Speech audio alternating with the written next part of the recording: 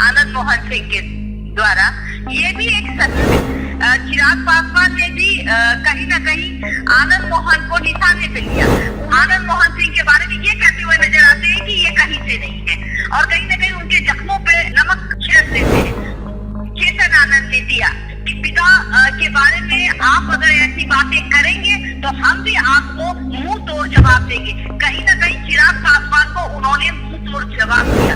चिराग पासवान का बयान आना, फिर उसके बाद आनंद मोहन का बयान आना, आनंद मोहन की बातों का पर फिर चिराग पासवान अपनी बातों को रखते हैं, कहते हैं कि वो राजनीति का हिस्सा नहीं है। भारतीय जनता पार्टी का सदस्य बनने के लिए 8800002024 पर मिस्ड कॉल करें। निवेदक भारतीय जनता पार्टी बिहार। बिहार में उपचुनाव के दौरान चिराग पासवान एक जगह पर नहीं गए थे, वो था इमामगंज। और चिराग पासवान को खुद नहीं पता था कि इमामगंज नहीं जाएंगे तो अब उसको लेकर इतना बड़ा बिहार की सियासत में उबाल आ जाएगा। नमस्कार, आप देख रहे हैं देशवा न्यूज, आपके साथ मैं हूं राजनंदिनी। चिराग पासवान इमामगंज नहीं जाते हैं, जहां से हम आपको बता दें तो जो केंद्र में मंत्री हैं जीतन राम मांझी, उनकी बहू, और बिहार सरकार में जो मंत्री हैं संतोष सुमन की पत्नी यानी कि दीपा मांझी इमामगंज से चुनाव लड़ रही थी, उपचुनाव का। अब ऐसे में चिराग पासवान सभी जगहों पर जाते हैं लेकिन इमामगंज नहीं जाते हैं। अब आपको याद होगा कि कुछ महीने पहले कोटे में कोटा को लेकर किस तरीके से जीतन राम मांझी और चिराग पासवान के जो कह सकते हैं कि आपसी मतभेद चल रहे थे, विचारधाराओं में अलग अलग थे, विचारधारा दोनों के अलग थे, जिसकी वजह से आपसी मतभेद चल रहे थे।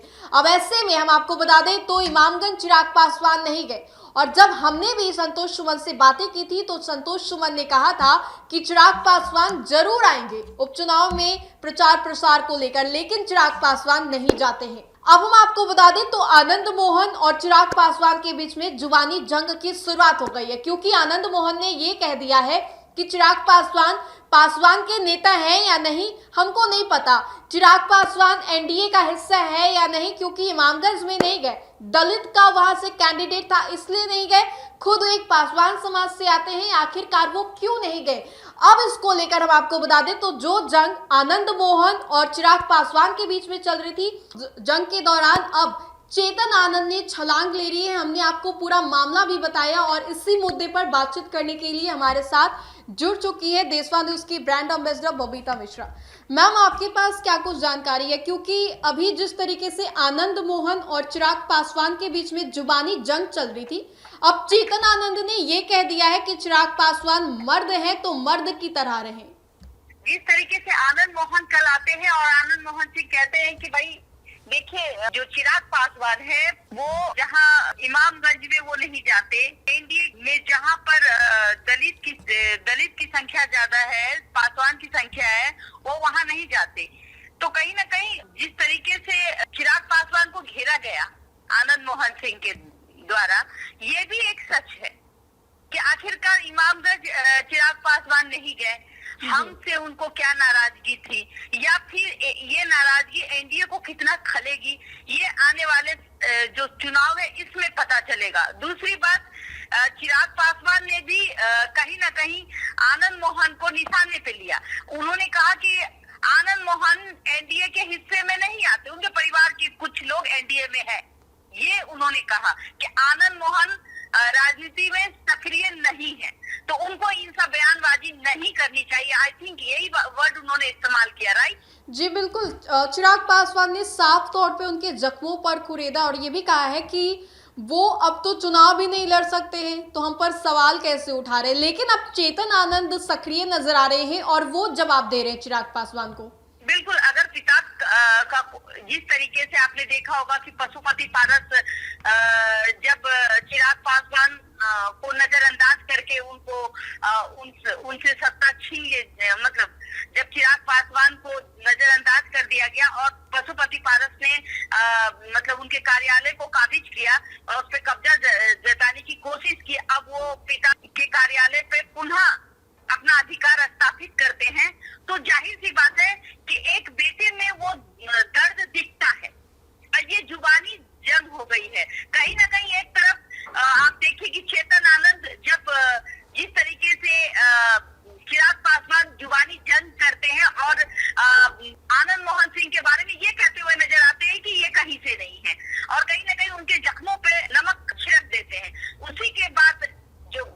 उनके पुत्र हैं चेतन आनंद। देखिए चेतन आनंद ने भी कहा कि मुझे समझ में नहीं आता, और जाहिर सी बात है कि देखिए किसी को भी लगेगा जब आप इमामगंज नहीं जाते हैं, जहाँ पे जो वोट परसेंटेज पासवान का वोट परसेंटेज है, जो पासवान के नेता हैं चिराग पासवान, अगर वो हम के प्रचार में नहीं दिखते हैं तो कहीं ना कहीं ये नाराजगी जो है अंदर अंदर इस खेमे में है। हम के खेमे में हमसे नाराजगी चिराग पासवान की दिखती है। चेतन आनंद ने दिया कि पिता के बारे में आप अगर ऐसी बातें करेंगे तो हम भी आपको मुंह तोड़ जवाब देंगे। कहीं ना कहीं चिराग पासवान को उन्होंने मुंह तोड़ जवाब दिया। अब आगे देखना होगा कि ये जवाबी जंग कहां तक चलेगी, और ये एनडीए का खेमा और एनडीए के जो वरिष्ठ नेता है वो देखते हैं या इस पे हस्तक्षेप करते हैं। मैम आपको क्या लगता है, क्योंकि सभी एनडीए का ही हिस्सा है, चाहे वो जीतन राम मांझी की जो पार्टी है हम हो, या फिर चिराग पासवान की जो पार्टी एलजेपीआर हो, या फिर जदयू कोटे से जो सांसद बनी है लवली आनंद, और चेतन आनंद खुद विधायक भी है, सभी एनडीए का ही हिस्सा है। तो क्या लग रहा है विधानसभा चुनाव से पहले एनडीए में घमासान मचने वाला है क्या? चिराग पासवान जो इमामगंज नहीं गए उसके मुद्दे को लेकर आनंद मोहन सिंह आ जाते और कहते भी हैं कि देखिए आप अगर एनडीए के हिस्सा है तो आपको वहां जाना चाहिए था, आप वहां नहीं गए, आप कैसे पासवान के नेता है, हमें तो समझ में नहीं आता। तो इन सब बातों को लेकर के पहले चिराग पासवान का बयान आना, फिर उसके बाद आनंद मोहन का बयान आना, आनंद मोहन की बातों पर फिर चिराग पासवान अपनी बातों को रखते हैं, कहते हैं कि वो राजनीति का हिस्सा नहीं है, उनके परिवार में कुछ लोग एनडीए में हैं। तो अब जो है बेटा भी पूछ जाता है, कहीं ना कहीं बेटे को इस बात का दर्द होता है कि उनके पिता के बारे में राजपूतों के बारे में कुछ बोला गया है। तो अब जो है एनडीए में अब 21 है जो अब नजर आ रही है। अब यहाँ होगा पासवान वर्सेस राजपूत। अब देखना होगा कि क्या राजपूत लॉबी को एनडीए खुश कर पाएगी, या फिर पासवान जो चिराग पासवान जो मोदी के हनुमान बताए जाते हैं, उनकी जो एक नीति है कि जहां अगर हम क्या एनडीए सभी जो दल है वो एकजुट होकर चुनाव लड़ रही थी, अगर उसमें वो नहीं गए तो कहीं ना कहीं चिराग पासवान की एक नाराजगी होगी, और उस नाराजगी को लेकर आनंद मोहन सिंह ने ये बातें कही। और आने वाले समय में अब देखना होगा कि जिस तरीके से 2025 के चुनाव है, ये जुबानी जंग कब तक ये घर करती है या समाप्त होती है। ठीक है मैम, बहुत बहुत शुक्रिया हमसे बातचीत करने के लिए। और ये देखिएगा आने वाले समय में इसका फायदा आरजेडी को मिलेगा। अगर इनकी जंग जुबानी जंग चालू रही, इनके अंदर मतभेद रहा, तो कहीं ना कहीं अच्छे तरीके से भुनाएगी आरजेडी। ठीक है मैम, जी बहुत बहुत शुक्रिया बातचीत के लिए। तो देखिए चिराग पासवान वर्सेस आनंद मोहन, लेकिन अब चिराग पासवान वर्सेस चेतन आनंद हो चुका है, क्योंकि जिस तरीके से चिराग पासवान को लेकर चेतन आनंद ने बड़ा बयान दे दिया है, अब ये देखना होगा कि आनंद मोहन के बयान से कितने ज्यादा भड़क गए थे चिराग पासवान। लेकिन अब चेतन आनंद ने ये तक कह दिया है कि हम लोग एक्टिव हैं, सक्रिय हैं, और इसके बाद हम आपको बता दें तो चिराग पासवान का क्या रिएक्शन होता है, क्योंकि विधानसभा चुनाव से पहले एनडीए में जो घमासान मचा हुआ है, आनंद मोहन और हम चिराग पासवान और अब चेतन आनंद, देखना ये होगा कि घमासान को किस तरीके से जो एनडीए के शीर्ष नेतृत्व है वो हैंडल करती है और सभी मुद्दों को सुलझाती है। फिलहाल के लिए इस अपडेट्स में इतना ही, हम दोबारा जुड़ेंगे। धन्यवाद।